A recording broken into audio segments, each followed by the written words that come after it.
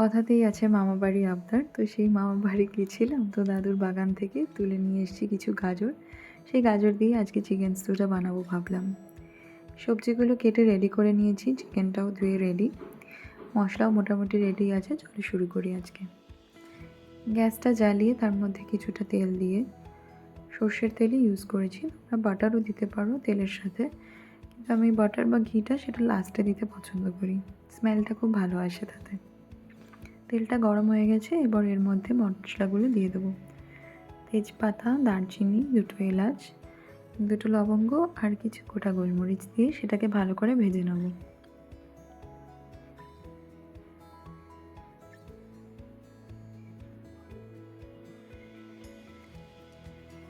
এই মশলাটা হালকা ভাজা হয়ে গেছে, তো এরপর কেটে রাখা পেঁয়াজগুলো এর মধ্যে দিতে থাকবো।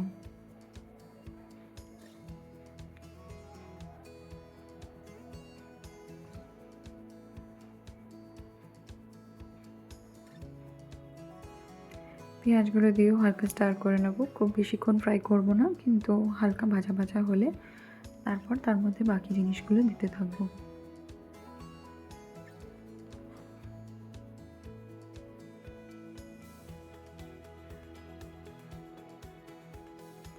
তোমরা আদা কুচি, রসুন কুচি দিতে পারো, কিন্তু আমি আজকে কুচি করিনি, আজকে আমি বাটা ইউজ করে করব। তো আমি এর মধ্যে 1 চামচ আদা বাটা আর অল্প একটুখানি রসুন বাটা দিলাম, দিয়ে এবার এটাকে ভালো করে আরেকটু নাড়াচাড়া করে নেব।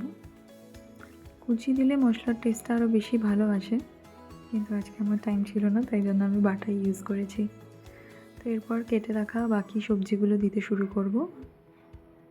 কেটে রাখা আলু আর গাজরটা আমি প্রথমে দেবো, কারণ এগুলো সিদ্ধ হতে একটু টাইম লাগে।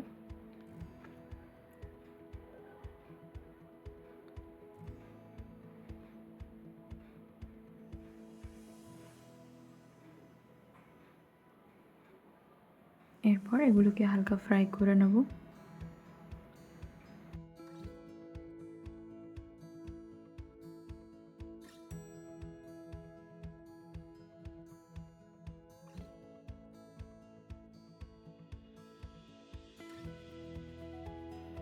এটা ফ্রাই করতে করতে এর মধ্যে আমি কিছু মশলা দিয়ে দেবো। একটুখানি হলুদ গুঁড়ো, নাও দিতে পারো, একটুখানি ধনে গুঁড়ো, তোমরা হলুদটা অপশনাল, হলুদটা নাও দিতে পারো কেউ, নুন আন্দাজ মতো, আর এটা আবার অপশনাল, আমার খুবই প্রিয়, মানে আমার মিষ্টি ছাড়া মানে ভালো লাগে না কোনো কিছু, তাই আমি সব কিছুতেই একটুখানি মিষ্টি দিয়ে, এটা আমার অভ্যাস। আর খুব সামান্য চিনি, তো এটাও অপশনাল, তোমরা নাও দিতে পারো। এটা দিয়ে আবার সব কটাকে নাড়িয়ে নিয়ে বাকি সবজিগুলো আমি এর মধ্যে দিয়ে আর একটু জিনিসটা নেড়ে নেব।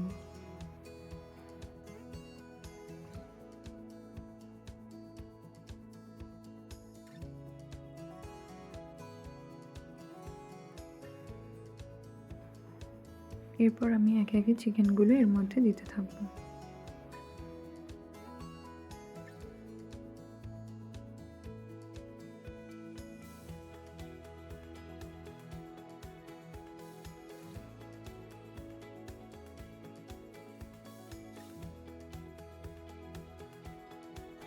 চিকেনগুলো সব দেওয়া হয়ে গেছে, এবার আমি এটাকে আর একটু ভালো করে মশলাগুলোর সাথে মিশিয়ে নেব।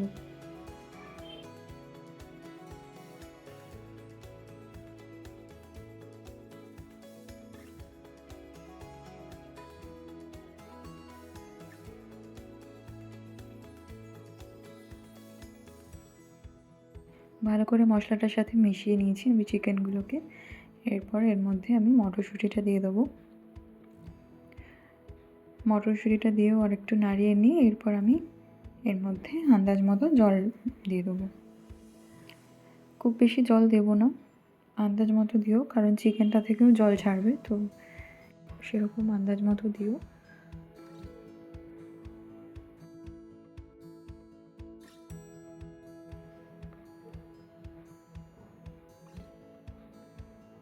তো এরপর আমি ঢেকে রাখবো। ঢেকে রাখার আগে আমি একটু এর মধ্যে গরম মশলা দিয়ে দেবো, খুব সামান্য পরিমাণে গরম মশলা দিয়ে আর একটু নাড়িয়ে নেব। নাড়িয়ে নিয়ে ঢাকা দিয়ে রেখে দেবো বেশ কিছুক্ষণের জন্য। তোমরা চাইলে এটাকে প্রেশার কুকারেও করতে পারো, যাদের টাইম কম থাকবে চটজলদি করার জন্য এটা প্রেশার কুকারেও করা যায়।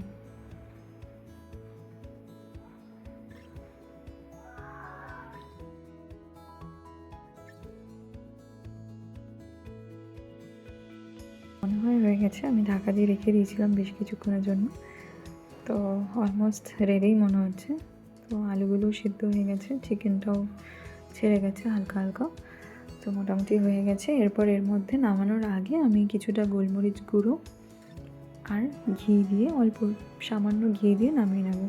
তোমরা চাইলে ক্রাশ গোলমরিচও দিতে পারো, আমার কাছে ছিল না বলে আমি গুঁড়ো গোলমরিচই দিয়েছি। তো রেডি আমাদের চিকেন স্টু,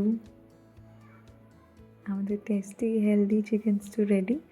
তো সবাই ট্রাই করো বাড়িতে, আমার তো খুবই ফেভারিট এটা।